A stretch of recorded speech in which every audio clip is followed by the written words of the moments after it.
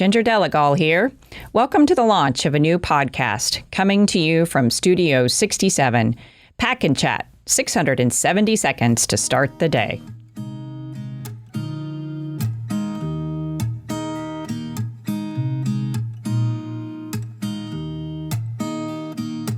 So I saw a Q&A with the late Representative John Lewis this week, in which an interviewer asked him, "This is random, but I'm curious. In the Bloody Sunday incident on the Edmund Pettus Bridge, you appeared to be the only one wearing a backpack. What was in the backpack?"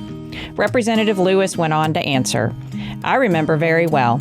As a matter of fact, I went to the Army surplus store and bought the backpack. I really thought we were going to be successful, walking all the way from Selma to Montgomery.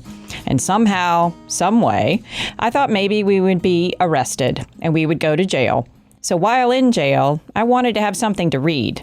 I had 2 books in the backpack. I wanted to have something to eat. I had 1 apple and 1 orange. 1 apple and 1 orange wouldn't last that long. Being in jail, you know, I had been arrested and been to jail before. The sad thing about being in jail for 2 or 3 days, you need to brush your teeth. So there was a toothpaste and a toothbrush in there.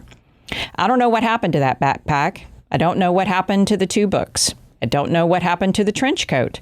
One of the books was by a professor of political science at Harvard, and the other book was by Thomas Merton, the monk. I just wished I had them. The Smithsonian and the Library of Congress are always asking me what happened to them, and I tell them I really don't know. So I did some digging. Ginger Delegal did some digging. What else was out there that would tell me what those 2 books were? I found a CBS News piece that ran the week Representative Lewis died. In that piece, the 2 books were identified as The 7-Story Mountain by Thomas Merton, a contemplative Catholic monk, and The American Political Tradition by Richard Hofstadter, originally published in 1948. Fascinating.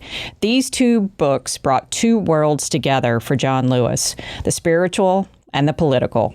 Love, faith, hope, treating his neighbor as himself, and a commentary on the American political system and the historical men who created it and exercised in it.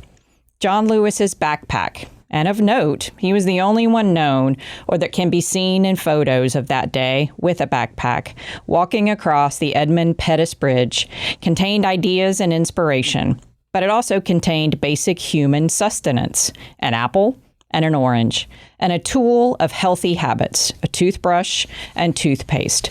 None of these things, including the backpack, were physically found after John Lewis was beaten and arrested on that bridge.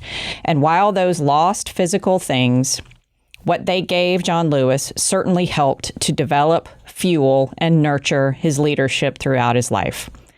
This podcast will bring you conversations and essays on leadership.